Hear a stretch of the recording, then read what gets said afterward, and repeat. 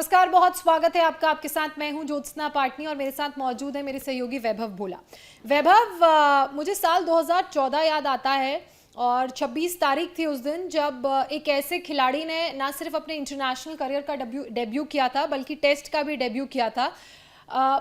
उस खिलाड़ी को क्या आप जानते हैं? मैं किस खिलाड़ी की बात कर रही हूँ, नाम मैं आपसे जानना चाह रही हूँ। और दूसरा, आप तब से लेकर अब तक उस खिलाड़ी को कहाँ देखते हैं? देखिए, मैं उस खिलाड़ी को बहुत अच्छे से जानता हूँ और सिर्फ बतौर एज अ खिलाड़ी नहीं, बतौर as a personal human being भी मैं उनसे काफ़ी क्लोजली जुड़ा हूँ इन पिछले 3-4 सालों में। और जिस खिलाड़ी की आप बात करें, मैं बता दूं दर्शकों को, उनका फेवरेट है। वो आपका फेवरेट खिलाड़ी भी है। आईपीएल में बहुत धूम मचाई उन्होंने। जी हाँ, ज्योत्सना यहाँ बात कर रही है केएल राहुल की। साल 2014 का जो भारत का ऑस्ट्रेलिया दौरा था, उसमें केएल राहुल का डेब्यू हुआ था। Boxing day test match Melbourne में केएल राहुल ने अपने अंतर्राष्ट्रीय क्रिकेट की शुरुआत की थी। और वो जो पहला टेस्ट था वो बहुत ज़्यादा अच्छा नहीं रहा था उनके लिए, क्योंकि बहुत ज़्यादा रन उनके बल्ले से उस मैच में नहीं निकले थे। लेकिन जब भारतीय टीम अगला मैच खेली, महेंद्र सिंह धोनी ने जब कप्तानी को अलविदा कहा तो ये जिम्मेदारी मिली विराट कोहली को।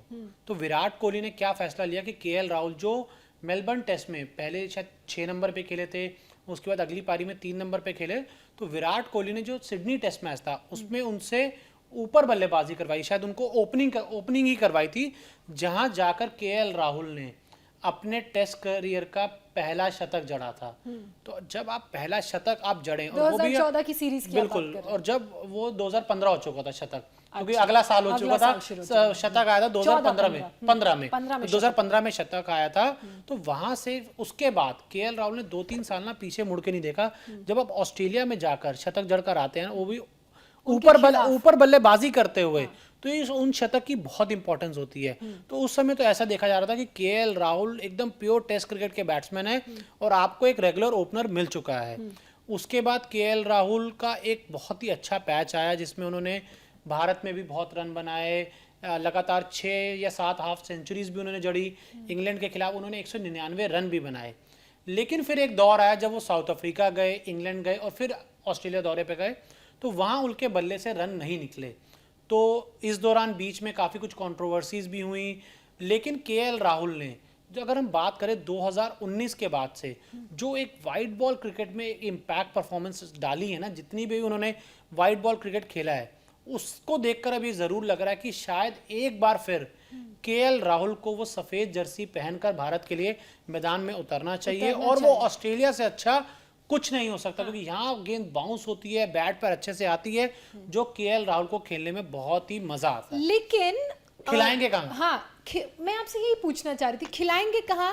और इतना, जैसे वो केएल राहुल जिनकी बहुत डेफिनेट जगह थी टेस्ट में, नंबर भी बड़ा डेफिनेट था, अब इतना सस्पेंस क्यों है और जगह क्यों नहीं अब उनके लिए बन पा रही? देखिए, जगह उनके लिए जो नहीं बन पा रही, मैं पहले आपको वो बता दूं, जो पिछले 10 टेस्ट मैच केएल राहुल ने खेले हैं ना, उसमें उन्होंने बहुत ज़्यादा रन नहीं बनाए। और अगर आप 10 टेस्ट मैचेस में लगातार फ्लॉप होते हैं, ज़्यादा रन नहीं बनाते हैं ना, और तो ये कितने टाइम गैप में है? ये पिछले 2 साल की हम बात करें, पिछले 2 साल में देखिए, 2019 में तो न्यूजीलैंड में टेस्ट हुआ, ज़्यादा इस साल क्रिकेट हुआ नहीं। तो पिछले 2 साल में अगर हम बात करें, 1.5 साल में जितना भी उन्होंने क्रिकेट खेला, तो उन पिछली 10 टेस्ट मैचेस में उनके ज़्यादा रन नहीं निकले हैं। तो एक टाइम तो वो रेगुलर ओपनर थे, लेकिन उसके बाद उन्होंने अपनी वो जगह खोई।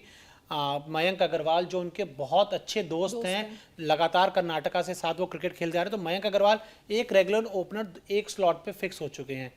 और फिर उनकी जगह क्यों नहीं बन पा रही केएल राहुल की? वो इसलिए भी क्योंकि 2 कंटेंडर केएल राहुल से आगे खड़े हुए हैं, जिसमें पृथ्वी शॉ भी हैं और शुभमन गिल भी हैं। ऐसा नहीं कि जो केएल राहुल है उनका जो खेल है इन दोनों से कम है। शायद अभी अगर हम बात करें करंट फॉर्म को देखें, इनसे थोड़ा आगे ही है, और जो टेक्निक भी है वो भी बहुत शानदार है उनकी।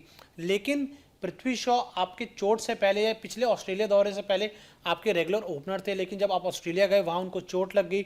उसके बाद उनके ऊपर 6 महीने एक डोपिंग के चक्कर में बैन लग गया, तो वो भी अपनी जगह खो गए। लेकिन अब वो भी वापसी कर रहे हैं। हालांकि अब तक ऑस्ट्रेलिया में जितने भी जो हमने प्रैक्टिस मैच देखे, फर्स्ट क्लास मैच देखे, उसमें उन्होंने एक 40 रन की ताबड़तोड़ पारी ज़रूर खेली, लेकिन उसके अलावा उन्होंने थोड़ा सा स्ट्रगल किया है। दूसरे छोर पे शुभमन गिल हैं, जिन्होंने दूसरे मैच में एक में 43 बनाए हैं और दूसरी पारी में आके आपने 65 रन बनाए और वो आउट आप तब हुए जब अंपायर ने गलत फैसला दिया। अगर वो फैसला गलत नहीं होता तो शायद आप जाके 100 रन भी बना सकते थे।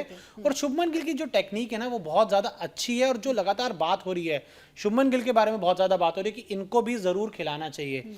तो ये रीजंस हैं कि क्यों केएल राहुल की जगह नहीं बन रही। लेकिन इन सारे रीजंस और इन सारी बातों और रूमर्स के बीच आपको क्या लगता है, आपका अनुभव क्या कहता है कि केएल राहुल क्या खेल पाएंगे, जगह मिलेगी उन्हें ये जो पहला टेस्ट मैच होने वाला है 17 तारीख से? देखिए जो भारतीय टीम मैनेजमेंट है ना ये काफी पिछले 2-3 सालों में इन्होंने कुछ ऐसे फैसले लिए जो थोड़े मुझे तो समझ नहीं आए हैं कि काफी ऐसे जो 2019 वर्ल्ड कप के सेमीफाइनल में आपने 4-4 विकेट कीपर खिला दिए जिसमें से विकेट कीपिंग सिर्फ धोनी ने की। आपने उस टीम में आपने ऋषभ पंत भी थे, दिनेश कार्तिक भी थे, केदार जाधव को आपने बाहर बैठाया हुआ था। तो मतलब एक वर्ल्ड कप में आप 4 विकेट कीपर ले गए थे, वो थोड़ा सा मेरे को समझ नहीं आया था।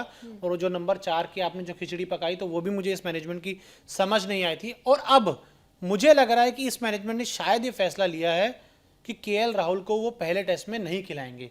और वो फैसला शायद इसको देखकर मेरे को जो क्लियर मिला क्योंकि जो दूसरा मैच हुआ उसमें केएल राहुल को आपने जो पिंक बॉल से आपका प्रैक्टिस मैच कह लें, फर्स्ट क्लास मैच कह लें, जो उसमें आपने केएल राहुल को मौका नहीं दिया। तो इससे क्लियर जो साइंस हैं वो मैनेजमेंट की तरफ से तो ये दिए जा रहे हैं कि अभी हम केएल राहुल को बतौर ओपनर में हम नहीं खिलाएंगे। मगर sorry to interrupt, first match नहीं खिलाएंगे लेकिन वैभव 3 मैच और लाइन से हैं। और सबसे ध्यान देने वाली बात, कप्तान कोहली होंगे नहीं तो एक स्ट्रेंथ तो कम हो ही गई, क्या तब हम देख पाएंगे? नहीं, तब भी शायद मुश्किल हो सकता है उनके लिए क्योंकि मैं आपको बताऊं कि अगर मान लीजिए पहले टेस्ट में पृथ्वी शॉ खेलते हैं तो फिर वो ये नहीं है कि सिर्फ पहले टेस्ट में खेलेंगे, वो कम से कम 2 टेस्ट मैच जरूर खिलाएंगे। क्योंकि आप कभी भी किसी खिलाड़ी को एक टेस्ट मैच में जज नहीं करते, आप उनको 2 टेस्ट मैच का मौका जरूर देते हैं। तो अगर मान लीजिए पृथ्वी शॉ पहला टेस्ट खेलते हैं, मयंक अग्रवाल के साथ ओपनिंग करते हैं, तो उस दौरान शुभमन गिल और केएल राहुल दोनों आराम करेंगे। तो फिर जब विराट कोहली इस टीम से जब बाहर जाएंगे, अपनी जो पैटर्निटी लीव पे जाएंगे, तो तब आप शुभमन गिल को नंबर 4 पे खिलाएंगे क्योंकि केएल राहुल तो है ही ओपनर।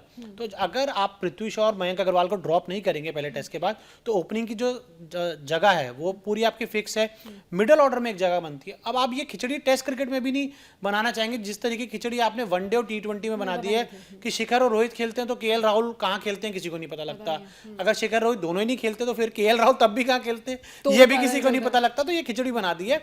इस खिचड़ी को आप टेस्ट क्रिकेट में बिल्कुल नहीं लाना चाहेंगे कि विराट कोहली अगर नहीं खेले तो केएल राहुल को आप 4 नंबर पे लाएं, विराट नहीं खेले तो आप 4 नंबर पे लाइए शुभमन गिल को।